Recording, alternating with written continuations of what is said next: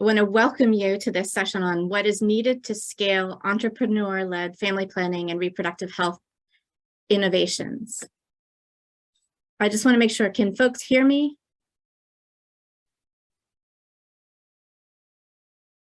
Can people hear me? Yes. Excellent. Okay, great. So good morning, good afternoon, and good evening, everyone. I want to give you a warm welcome to everyone who's joining us today. My name is Erin Mielke, and I'm a senior family planning advisor in USAID's Office of Population and Reproductive Health. As part of USAID's management team for the Momentum Country and Global Leadership Project, it is my pleasure to share some new programming tools with all of you. As a global community, we know that we still have a long way to go to meet our collective family planning and reproductive health goals. A recent FP 2030 report for the year 2022 states, as more and more young people enter their reproductive years, and as more and more women seek greater access to a wide range of methods, the demand for family planning will continue to grow. If this rising demand is not met by high-quality services, consistent contraceptive supplies, and supportive policies and financing, it will be a missed opportunity for millions of women. Innovations are necessary to accelerate progress, but require investment and meaningful support to reach a wide scale. When we talk about innovations, we're not only referring to new technologies or products. Our definition also includes health systems, policies, services, and delivery methods. The FPRH market has unique and changing dynamics, such as increasing product and service delivery options and opportunities for self-care. Addressing each of these dynamics requires specific attention. In addition, voluntarism and informed choice are key principles that guide our family planning programming. We aim to ensure that people are being offered the choice of whether or not to contracept, and if they do wish to delay or limit childbearing, that they have access to choose from a broad range of contraceptive methods. Given these dynamics and the wide array of stakeholders involved, including innovators, public health officials, donors, and investors, careful planning and prioritization of family planning and reproductive health innovations is needed. Today's webinar builds on an innovation accelerator activity by the Momentum Country and Global Leadership Project over the last 4 years. MCGL interviewed over 180 key stakeholders in the FPRH MNCH space and reviewed more than 25 tools and country and innovation case studies. After analyzing all of this input, MCGL then developed some user-friendly tools to enable you and others to apply this information to your own work. This work is crucial to help us understand how to best leverage innovations across a range of contexts and enable sharing of best practices. We are very proud of this compendium of tools, which provides an end-to-end guide on how to scale FPRH innovations while anchoring it in recent real-life experiences. From the USAID side, throughout this process, we reinforced the importance of not duplicating efforts and the need to connect these new tools to existing evidence-based tools and resources. You will see that throughout this new compendium of tools, there are links to several key resources, such as the FP High Impact Practices, the FP Costed Implementation Plan Resource Kit, and USAID's Ready, Set, Launch country-level planning guide for global health innovations, as well as many other tools that dive further into specific aspects of innovation scale-up. In this webinar, we'll be sharing key insights and learnings from these tools. We will learn from innovators who are already implementing these insights in their countries, and then we will discuss how to use the tools to inform your own work. Before I close, I want to give my thanks to all of our mission colleagues and other stakeholders who generously gave input on these consultations and shared their valuable insights. And finally, I would love to encourage USAID missions in particular, but also innovators and others to reach out to us and the team, as they are very keen to support you through technical assistance where it makes sense in your innovation scale-up journeys. And now I'll pass the mic over to Marie to introduce herself and then kick us off with the presentation. Thank you. Absolutely. Thank you so much, Erin, for these warm welcoming words. Hi, everyone. My name is Dr. Marie-Renée Bélajoie. I have the pleasure of being here today with several of our colleagues from the Innovation Accelerator leadership team. As Erin explained, we are part of the Momentum Suite Award, specifically the Momentum Country and Global Leadership Team, which is a coalition of partners of which McKinsey & Company and GHPAGO are part of. Well, here with me today are Molly Bodie, Anne Pfizer, and Rajat Chaba, whom you'll have a chance to hear from today. Well, without any further ado, we'll have the opportunity to present a brief overview of the tools this morning and then jump in a roundtable with our leading innovators that have graciously accepted to join us today despite their very busy schedule. We'll have an opportunity for open Q&A right after the roundtable, and then we'll have some closing words for you. But for now, let me turn it over to Molly to give us a bit of context on how the Innovation Accelerator journey has evolved. Molly, over to you. Awesome. Thanks so much, Marie. And thank you so much, Erin. And particularly thank you to everyone joining so early and so late and from so many different locations. As Erin mentioned, we are behind our collective global health goals, and innovations, whether products, services, digital, are actually needed to be able to accelerate that progress and reach the goals we hope to attain, which is why we started the Innovation Accelerator in the first place. If we move to the next slide, we know that from prior research and publications that innovations launched in low and low middle income countries have historically taken much longer to reach scale, sometimes taking 5 times the length of time and not even reaching coverage targets. This can be related to a number of factors, whether market conditions or actually launch resourcing. However, it shows that there's significant room for improvement in how to introduce and scale innovations. We also know that accelerating scale up through more holistic support, through well-resourced cross-functional teams and collaborations, can actually help increase coverage targets and reach communities faster. Hence why we started the Innovation Accelerator. So if we move to the next slide, as Erin had mentioned previously, we've actually been working on the Innovation Accelerator over the last few years in order to help meet and advance goals within MNCH as well as FPRH. Within year 1 and 2, we worked to understand some of the critical success factors needed to reach scale up. And we also worked with specific innovators, both Nest 360 and Jacaranda Prompts, who is with us today, on their own scale-up journeys. In years 3 and 4, we actually dug much deeper into those critical success factors. We scanned what tools are out there, what tools were actually needed for innovators, and we developed the set of tools that you'll see today. This excitingly was all made possible by consultations with many of you all on the line. And from the missions, from innovators, from other implementing partners, which was really, really the way that we were able to bring these tools and these insights all together.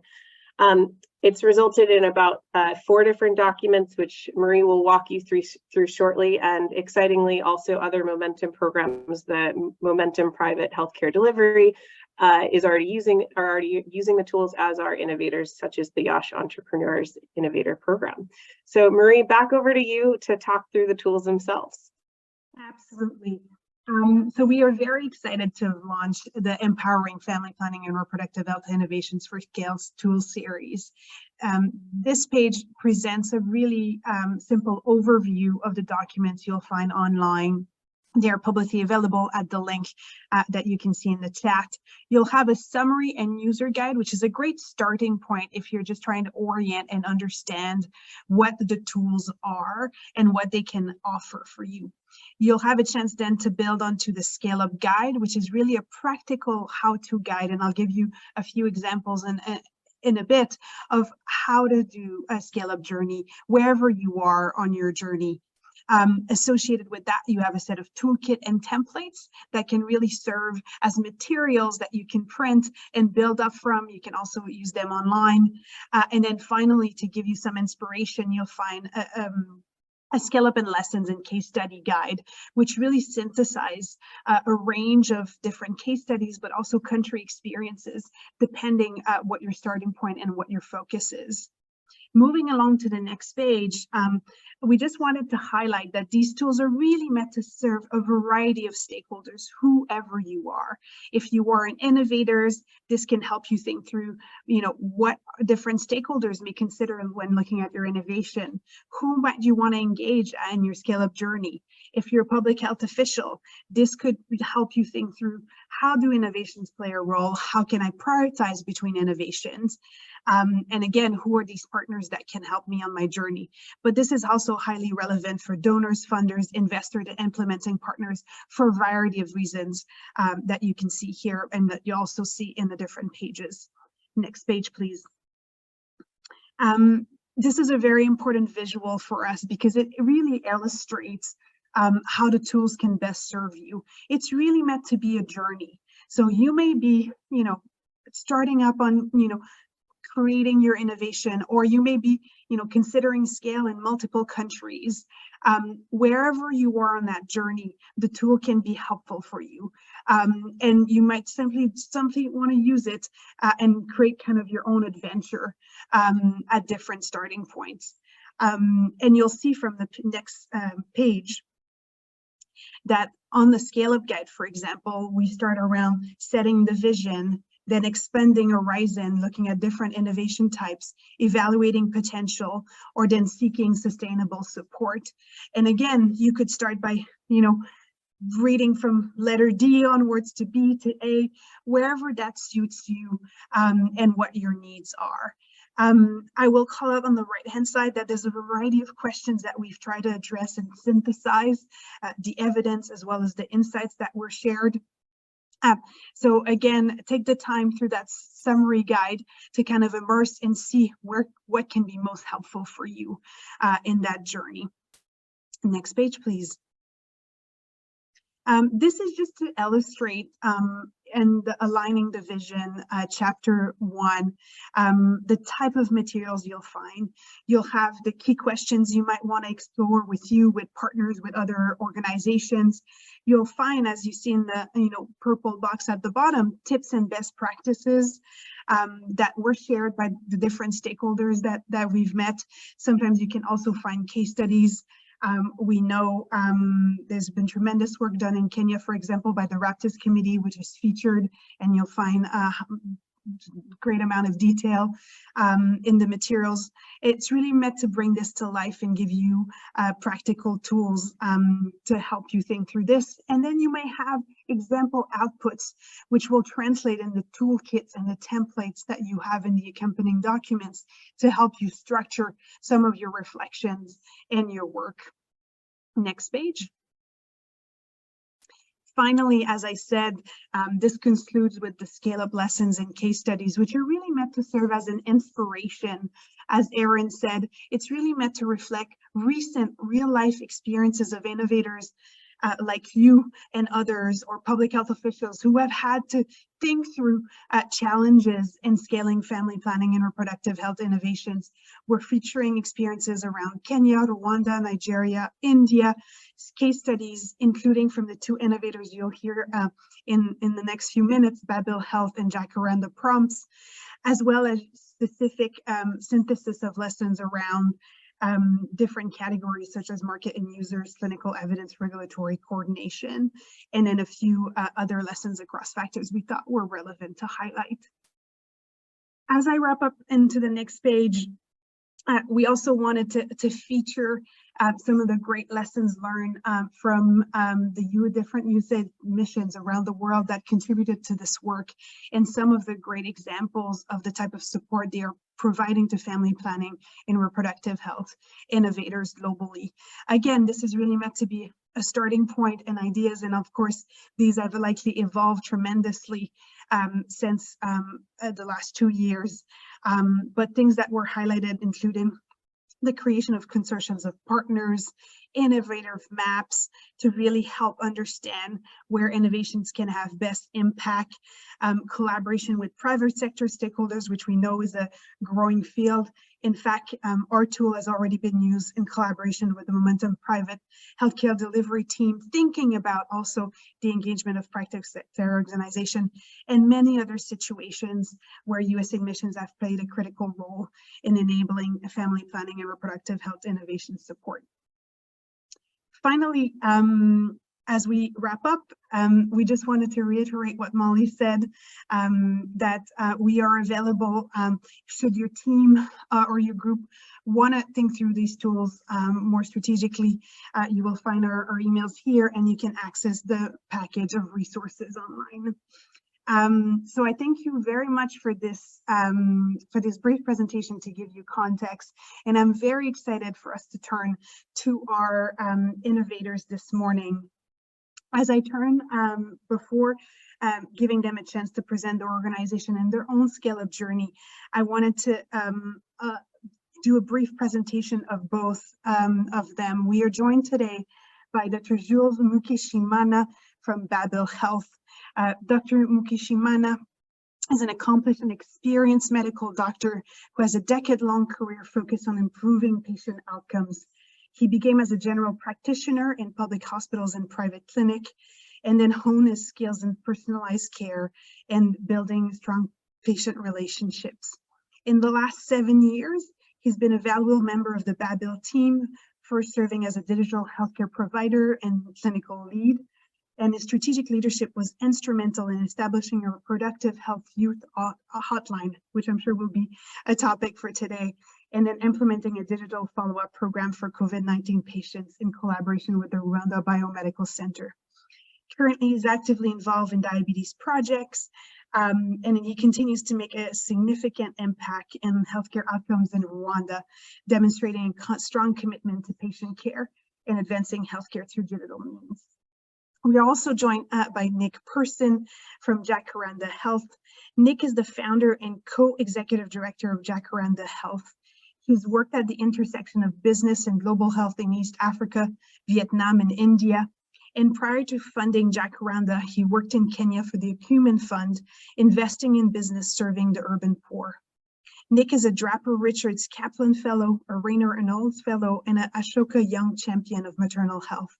He's board chaired of Jacaranda Maternity, Jacaranda's health sister social enterprise, and holds an adjunct faculty position at Duke's University Duke Global Health Institute.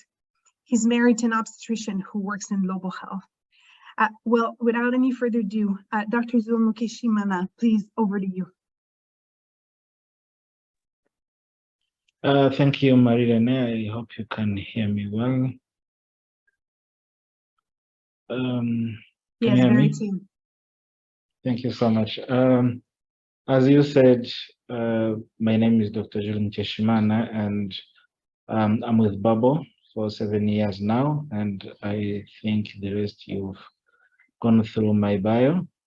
I'm going to be presenting on the work we are conducting in our country, in Rwanda, and some of the impacts and lessons learned throughout these 7 years. Next slide. The mission, Babel, before we go to the mission, Babel is a subsidiary company from Babylon Health. It's a global company, and we share the same mission. The mission is to put an accessible and affordable quality health service in the hands of every person on the planet. Next. Why Rwanda? Babylon was invited by the Rwandan government to contribute to the Rwandan efforts to ensure access to quality health for all through digital-enabled healthcare. We share the same mission. It's a proof of concept country. Our country, if you have any idea, you're welcome to test it. You'll be supported. We have the same vision practically with the Babylon, and there is a scarcity of resources or doctors in our country, with 1/8,000 doctor-patient ratio. And from the data, I read that next year the country was planning to have 1 over 7,000. Hopefully we'll get there. And we have universal health coverage in the country. Next slide. Before we go through the presentation, I would want to share with you the journey, which was not easy. We started in Rwanda in 2016.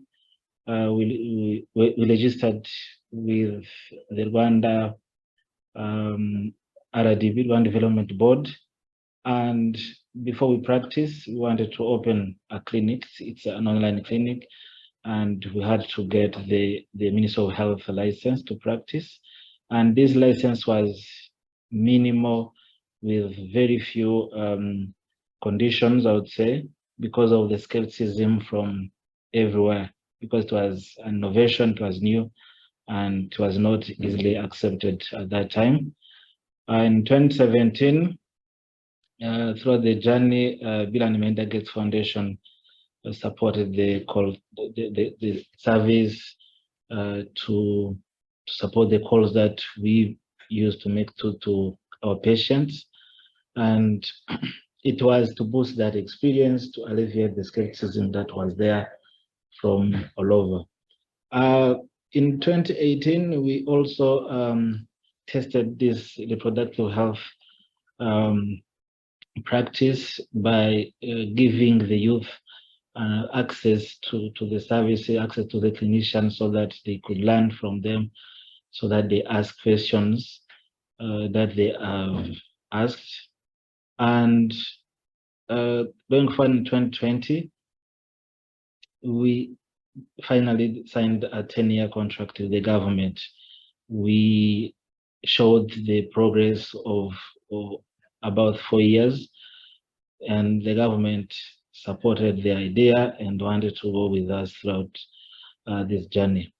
Right after we signed the contract, COVID-19 came, and also the government experienced our services, whereby we supported the government by calling COVID-19 patients to follow up with them, because not all of them were critically sick. And for those who became critical, with critical conditions and maybe other conditions, we support the government to evacuate them to the health facilities that they could be supported.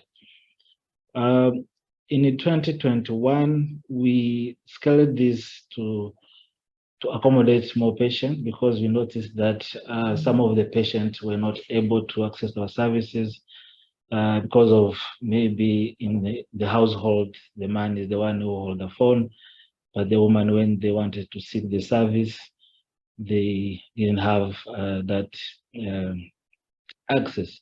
And then by removing the boundaries to the access, and before the patients used to access our services by providing the NID, which is linked to the phone that they will be using to access the service. And then we removed the phone part and accepted that patients could use our service by only providing their national ID. And then those who are not holding phones, they could borrow phones and access our services.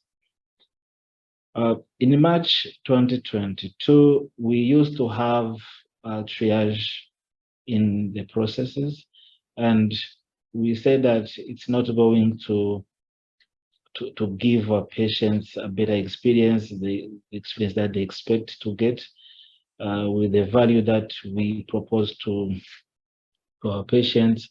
And we remove the triage and remain with one call that could solve all the patients' problems. So it's providing a clinician who can prescribe, who can give information that the patient may need, who can even advise on the condition that you cannot handle online. In 2022 August, we had a partnership with Novo Nordisk. It's a manufacturer company for diabetic medication. And we had a partnership to run a project that is to digitize diabetes in terms of equipping clinicians with knowledge, with the capacity that they need, and also empower the population, and also to manage those diabetic patients digitally. We also have an AI, artificial intelligence platform that is deployed in health centers.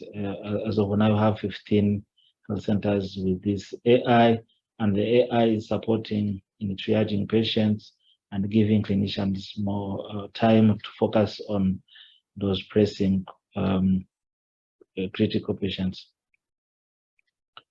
In September 2022, we finally got a license that was not limiting us, because before we had more of family planning advice. You can handle an advice on antenatal care, you can handle advice on postnatal, but definitely we successfully negotiated and get that license that is alleviating the package, used to call it the package, and consider Babo as any other health facility out there. So this was a brief of the journey of 7 years. It's summarized, it doesn't capture everything, and the journey was not that easy. It was an effort of consistency and persisting to the mission. Next slide.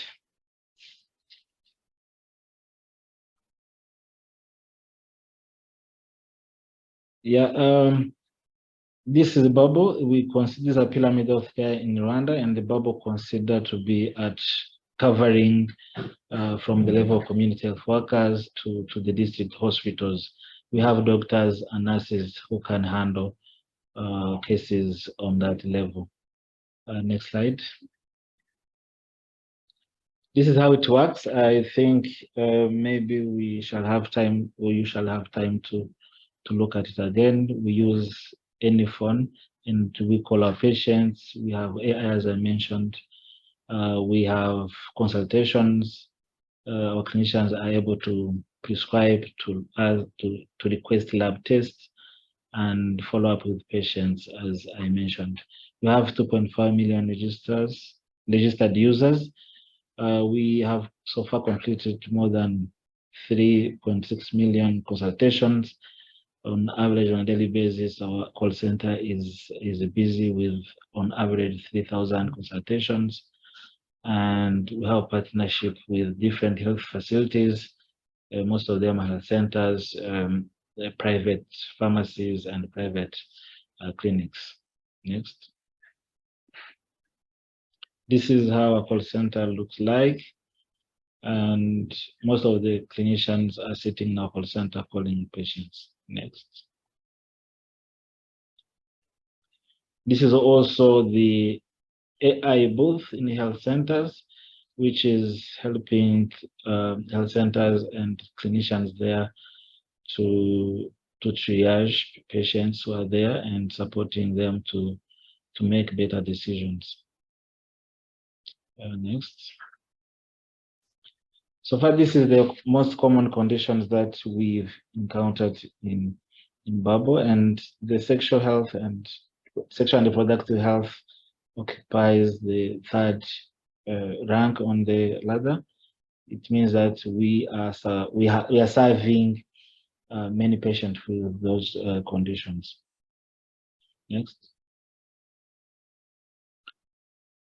This is who we serve. Probably you see that our female part takes more of the pie chart, which is 57.7% of females that are accessing our services. Maybe next slide. I put this silent slide here to let you know that Rwanda is not a city or an urban country. The big part of the country is a rural area.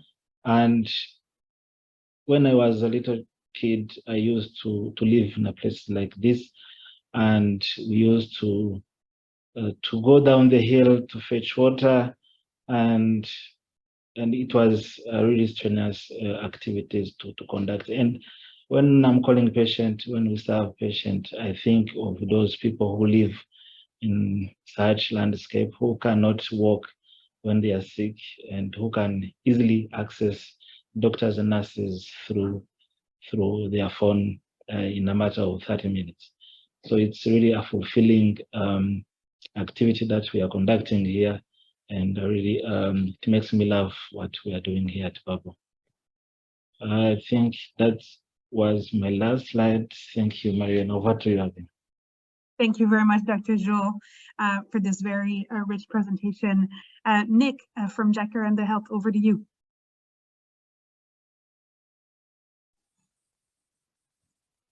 Hi, everyone. My name is Nick Pearson. Can you hear me okay, Marie? Loud and clear. Excellent. Okay. My name is Nick Pearson. I'm the founder and executive director of Jacaranda Health. It is wonderful to see everyone here. My apologies. I'm traveling and in a place where I don't have very good bandwidth, so I'm going to turn off my video in a moment and just walk through the slide deck.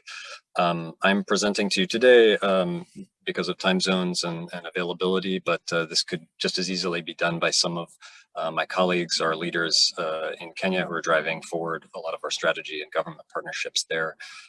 But very, very happy to see everyone here today. So next slide, please. I'm just going off a video. So Jacaranda's vision is a world where all mothers experience childbirth safely and with respect, and all newborns get a safe start in life. It's worth mentioning for this presentation that, you know, although our genesis is in maternal health, we're also very committed to the importance of family planning, birth spacing, and reproductive health as part of the continuum of care for mothers. And so postpartum family planning is well integrated into our services. We partner primarily with governments to deploy and work in the public health system to deploy affordable and scalable solutions through the public health system, which is where the majority of underserved moms and babies are receiving care. As a recent UN report underscored, and I'm sure many of you know, maternal mortality rates have plateaued over the last decade. And per the broader conversation today, there's plenty of need for improvement around family planning targets as well. Healthcare infrastructure is there to a large extent, but there's really persistent gaps in quality of care, referral networks, people getting to the care at the right time. Mothers aren't empowered. Quality of care in facilities is leading to poor outcomes that are preventable. Jacaranda is a nonprofit with roots in Kenya. Our team of 100 is almost entirely based in Nairobi, but we're starting to branch out into new countries. We'll talk more about that shortly. We're primarily funded by foundations and governments with an increasing cost share for programs with government partners, because we're really committed to long-term sustainability of these innovations. And we see government buy-in and ownership as really critical to that long-term goal. So as you can see here with the numbers, we reach about half of the mothers in Kenya, frontline kind of maternity nurses in hundreds of the country's busiest hospitals. And we're partnering really closely with about half of the counties in Kenya, including some of the biggest ones. Next slide. So we have, what does Jacaranda do? We have this interconnected package of solutions that's aimed at addressing mothers' journeys through the health system, and particularly to addressing those challenges that they're experiencing that are leading to poor outcomes. And so the first piece of it is a digital health platform, Prompts, that is empowering mothers during and after pregnancy to get them to the right care at the right time. The second piece is more focused on health providers and quality of care. So it's a mentorship program that's providing critical skills to the frontline nurses to ensure that moms are getting high quality and respectful care.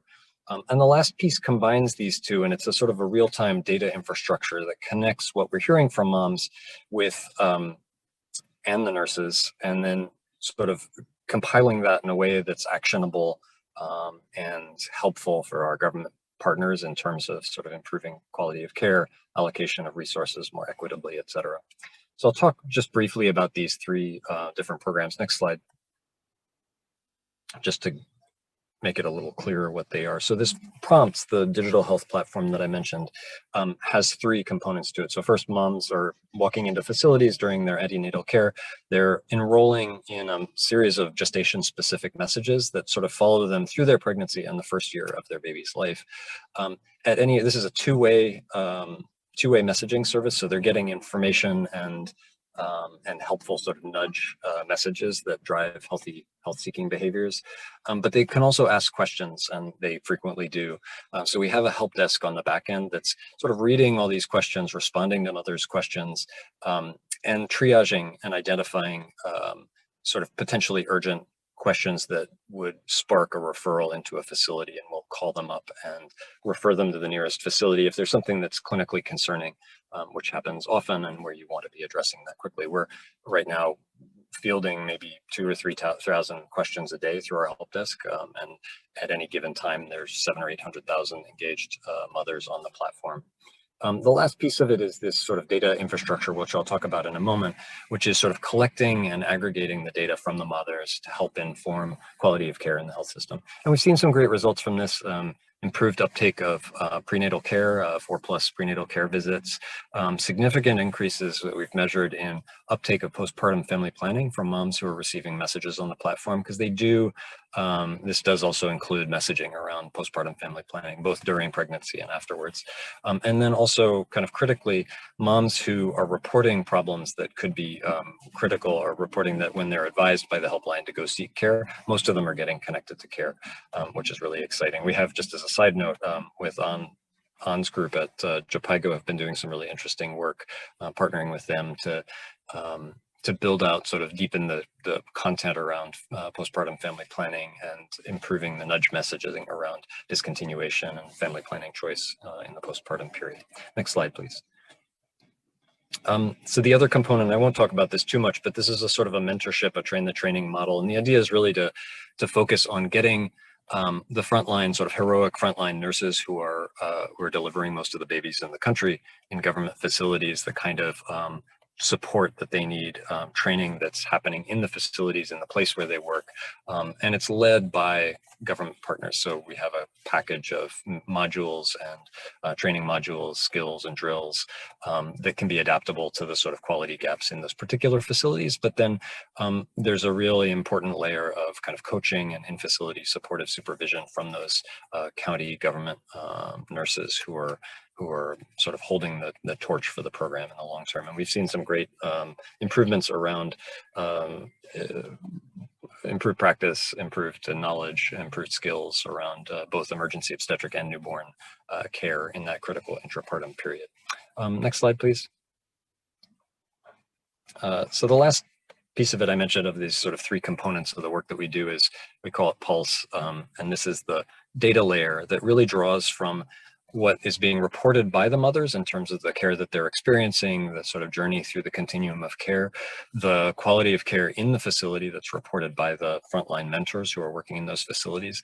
And we're working with these closely with our county government partners in Kenya and elsewhere to assemble that information in a sort of a set of real-time dashboards that's really actionable to help identify gaps, hotspots, and areas of opportunity to improve quality of care in real time, in a way that's sort of more sort of quick response than something like the HIS2, where you're seeing lagging indicators and metrics. So that's been a really important part of the package of services, and one that's very important and powerful for the government partners that we work with. Next slide, please. Lastly, I'll just say quickly that we're working in about half of Kenya, and we're keen to continue partnering with both counties and the national level government and the Ministry of Health in Kenya to expand our solutions and reach all of the mothers in the country. But in the meantime, we've seen a lot of opportunities in other countries with similar interests in providing support to moms during their journey. And so in the last year, we've started piloting some work in both Ghana and Eswatini, working with the Ghana Health Service to take, and these have both been primarily at first with the Prompts program, the digital health platform, just because it's a little easier to replicate in a new geography. But some exciting sort of preliminary work in both Ghana and Eswatini, working with partners locally there. So we're keen to see the opportunity to work with more partners around the continent. Next slide, please. So I wanted to share, per the request from Marie, a couple of lessons for unlocking care. Now, all of you who are longtime global health experts, some of these are going to seem like common sense, but we just really wanted to try and reflect on our own experience and talk a little bit about some of the factors that we think have helped make it possible for us to reach this scale of several million mothers and kind of almost national scale in Kenya, as well as sort of engaging new countries as well. So I'll speak to that. And I wanted to thank to the McKinsey MCGL team. They were really helpful as we did an engagement with them in the last year, thinking about how to sort of package some of the lessons and value proposition as we were having conversations in Ghana, for example, and sort of putting it into a smart set of tools, which they've shared in some of the case studies. Next slide, please. So the first of these lessons is designing for cost, not just for impact. Impact goes without saying. We're all, I think all of us funders and implementers, government partners feel accountable to that. But I think one of the really critical pieces for us has been really about focusing on building solutions that can be affordable and actionable within the scope of government budget. So for example, our Prompts program is about $1 for the whole maternal journey. That's inclusive of the technology, the help desk, the enrollment, the engagement in the government facilities, sort of $1 per mom per pregnancy. And that's cheap enough that you can operate it at scale at a country level with government commitment. Similarly, the mentorship program is also a cheaper alternative than a lot of existing training programs. And so we found that a lot of our county government partners have allocated some of their government training resources to this as a sort of a more kind of evidence-based and actionable solution that works for them. But I think it's important to not only sort of design for low cost, but at the same time really understand government. One of the pieces of the journey for us is really to understand the mechanics of government budgeting and appropriation. And we've learned a lot from some great partners at places like ThinkWell, who really know the budgeting process inside and out, and understanding how to sort of work with government line items, how to think about cost share, et cetera. Next slide, please. So the second one here is really designing for users. I think this goes kind of without saying, and it's the concept of human-centered design. But I think our programs would not have scaled to the extent that they would have if we weren't designing sort of first and foremost for the mothers and the nurses who are the sort of target audience here. And so that includes, on the prompt side, ensuring that there's really no cost that's passed on to the moms because they're very cost conscious. The use of SMS as opposed to something like WhatsApp or data-based platforms, because we found that moms didn't have reliable access to data necessarily, even though WhatsApp was ubiquitous. The cost of data was prohibitive and made it sort of spotty sometimes. And so designing some of both the technology and the service delivery around the needs of mothers has helped scale kind of uptake and unlock uptake and demand. Similarly, with the mentorship program, we designed it so that in addition to the sort of intrinsic motivation of learning and addressing gaps in care, which, obviously the frontline nurses who are very heroic are motivated by, we've also managed to get accreditation in Kenya to have those modules get points for continuous professional development, which just helps incentivize the participation in that as well. I think maybe I'll skip over the next point. I was going to talk a little bit about, I think the data can also be very motivating to the designing the data, not just for government partnerships, and this is the next slide, but also such that both the mothers who are sharing their perspectives. I think one of the really interesting pieces for us about the Prompts journey has been that that mothers are finding that we're polling mothers and providing a sort of an outlet for them to share whether they received respectful care during delivery, what types of ANC and sort of what are the critical quality steps in the process they received. And so it's providing a really sort of a huge insight. We've gotten over 500,000 responses from moms about the quality of care and the respectful care that they received, which we're able to feed back to government partners. And I think knowing for the mothers, knowing that their sort of voices are being fed back into the health system and giving them a voice in the health system is really sort of a powerful motivator for participation as well. Next slide, please. So the third lesson that I wanted to touch on is just using the right technology platforms to accelerate scale. And I'm not talking about sort of technology for its own sake, bespoke technology, et cetera. It's really, for us, technology is about enabling scale by improving efficiency and sort of fidelity and quality. And so, for example, we've had to develop some fairly sophisticated AI for the help desk. Not because it's a trendy thing to do with OpenAI, but really more because it's that's what's helping us address these questions quickly. Right now, we have a team of about 20 on our help desk. They're fielding as many as 5,000 questions a day, and the AI on the back end is flagging all incoming questions, both for kind of intent as well as for urgency. And so bumping up questions that are potentially highly urgent questions with 95% accuracy, so that the clinical help desk agents are able to jump and address those urgent questions within 6 minutes, which is really critical when you have that sort of narrow window of time to respond to something that's a potential obstetric emergency. So technology is an enabler on the one hand. The other piece that I would say about technology is, I think, making it modular and adaptable enough to other use cases. Inevitably, when we're talking to partners in other countries, Eswatini, for example, was interested in, obviously local languages. Also, they had a particular need and gap around infant immunization.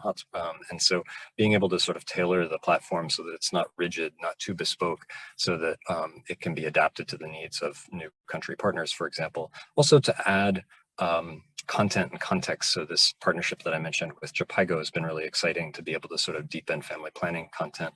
We're really keen to work with other providers and implementing partners on things like mental health, for example, and leverage the scope of the platform. Next slide, please. The last one is around smart data. And I think, just as I mentioned before, it's not just about having data, because we all recognize that data is powerful, but I think really co-designing the data tools that you use so that it's useful and usable, and really addresses the pain points of the people who are actually going to use it. So in our case, we spent a lot of time over the last year or so working with county government leaders. These are county health management teams, county executives, to really say, what are you going to use?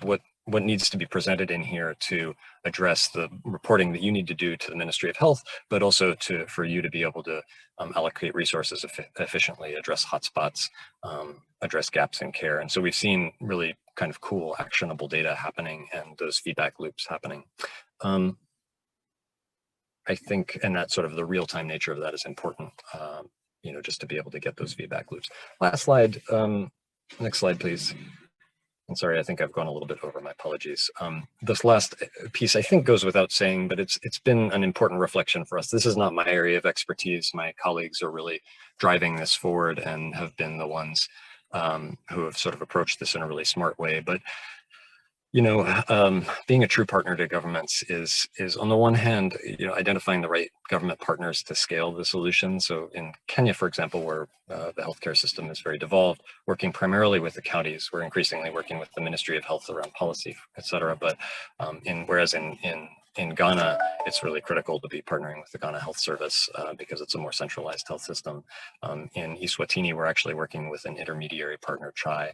I think and then sort of investing in a team that's capable of doing those government relationships and building the long-term relationships at multiple levels, not just having a single champion, a minister who's supportive of those programs.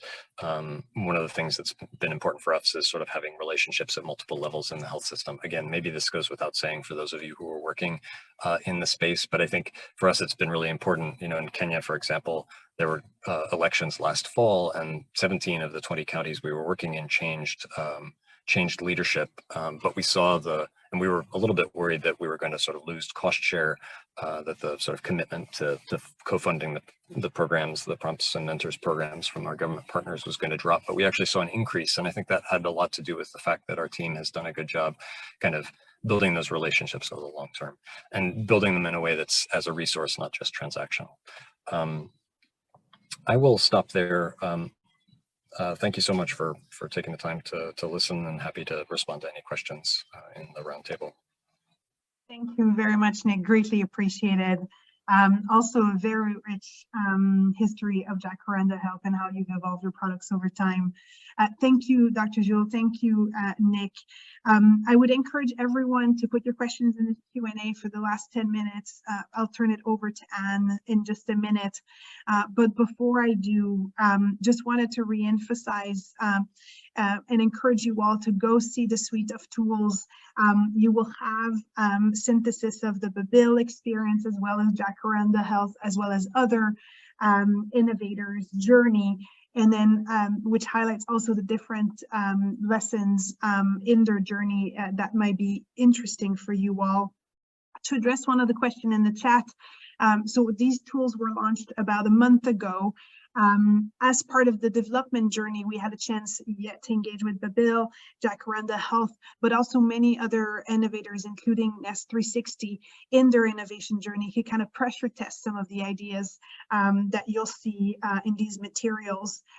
Since we've also, as I mentioned earlier, engaged with the Momentum private healthcare delivery team, specifically looking at the role of private sector in scaling innovation, in this case in the Philippines. And it's currently also in discussion with the Ash entrepreneurs in India. But this is really an opportunity for us to share these tools further. And our hope is really that we can further use these tools with as many of you as possible and make them as applicable and helpful. But let me stop here. Again, a big thank you to Dr. Jules and Nick, and then I will turn it over to Anne for the different questions in the Q&A. Anne, over to you. Thanks, everyone. Welcome. My name is Anne Fitzroy, and I'm the Director of Family Planning for Momentum Country and Global Leadership, and appreciate everyone putting their questions in the Q&A box. It's nice to see the interest in the various presentations. I think there are some questions that are very specific to the innovators that maybe we can ask Nick and Jules if they're able to answer in the chat. And we want to stay focused on the use of the materials. So thanks, Marie, for sharing how we've used the materials before, and also, you know, encourage people to reach out to us if you have a use case in mind, because we'd be happy to help you think that through a little bit. There was a question, and maybe we can direct that to Molly, about whether we feel that the materials could be used to engage community health workers in the distribution of family planning products. And Molly, Marie, any thoughts on that question? Absolutely. So the materials right now cover a little bit on community health workers in how to think through community health workers as part of the market, and one of the channels that you'd want to deeply understand the needs of and the behaviors of, particularly if you have a community-based intervention. So the tools talk a little bit about that. It also talks about how coordination, given that community health worker cadres can be diverse and also supported by a number of different organizations, are critical to sort of be able to be coordinated around the scale up of an innovation. So it includes a bit on that. I'd also just refer people to what Erin mentioned at the beginning, is that there are a suite, we try to reference other tools that are out there. And so the HIPs actually have a high impact practice on community health level engagement. And so would suggest also taking a look there, but you can find a little bit of tidbits in the tool and then go to the HIPs for some more CHW information as well. Great, thanks, Molly.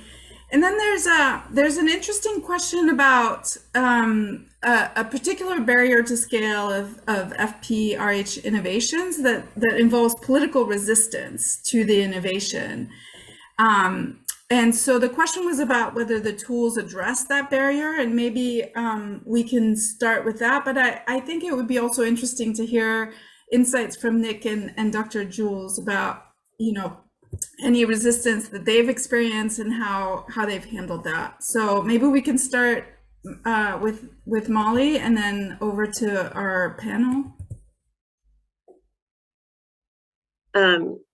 Absolutely. So the tools have a little bit on actually trying to understand what are the barriers and where they might be coming from. And so you can use the tools to try to understand, who are the key stakeholders, what are the barriers and potential viewpoints which may be slowing scale up.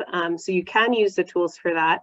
I think a huge component, though, which we found as a lesson from all the innovators, and you heard Nick talk a little bit about this with Jacaranda, was actually doing a lot of user-centered design and understanding the users from a individual, but also influencers within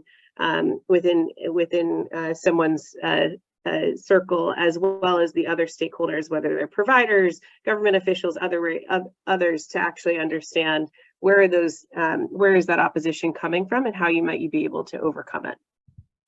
But Dr. Jules and Nick, I would love for your input here on the question on sort of how do you actually overcome barriers from people not wanting to uptake some of the innovations.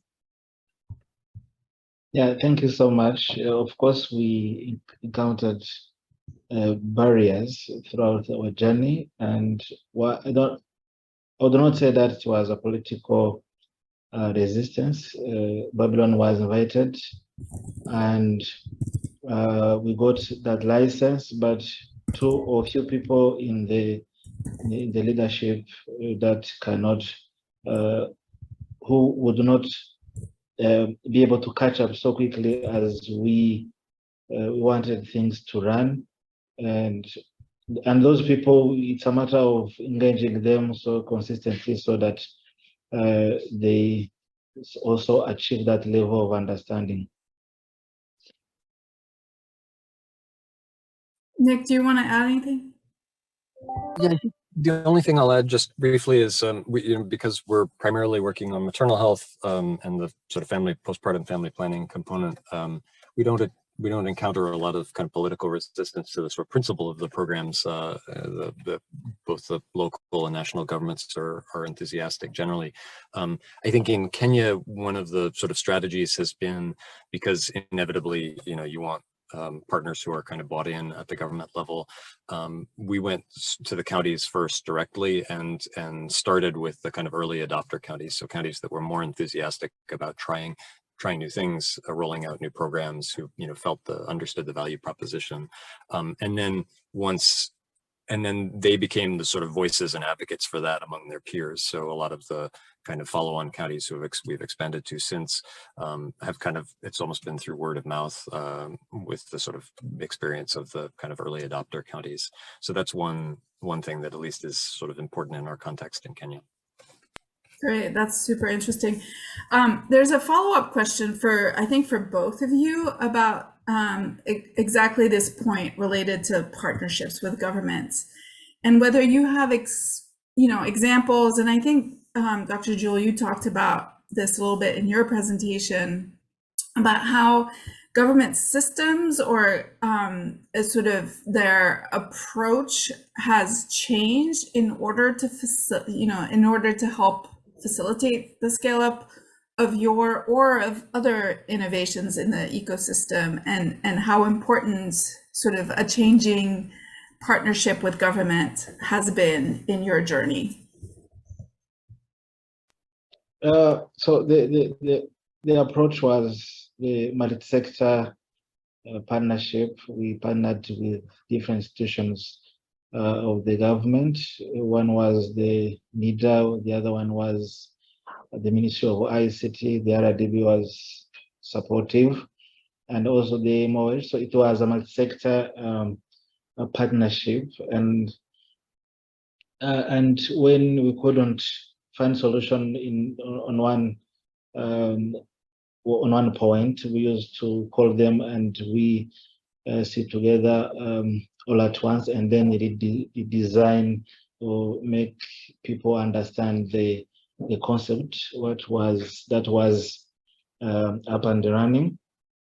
And the other thing was to test concepts, and then when they found the concept is working with the safety that the government is always keen looking after, and they used to scale and used to open more of the space of working into. Thanks.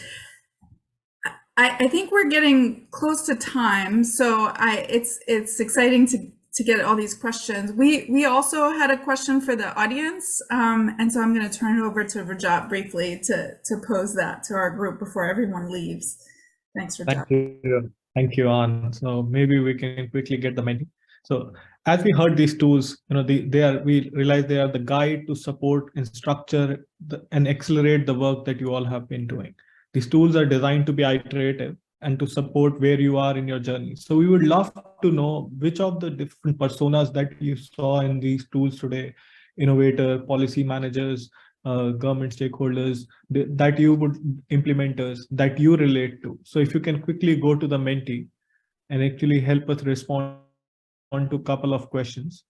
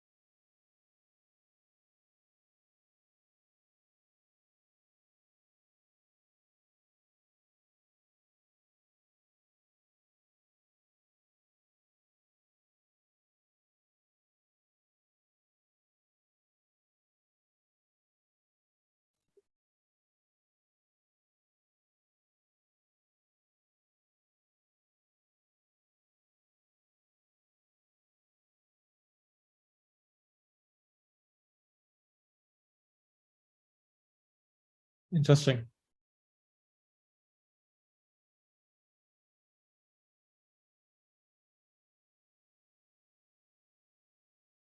As we see that we have a mix of stakeholders with us today, and I think there's something in the tool that can actually relate and support all of you in the different works that you are doing. So we would love to continue the conversation and engage further. Maybe if I can actually request you to move on to the next question and help us understand how we can actually support better. How can we empower FBRH innovations? What more we can do in this area?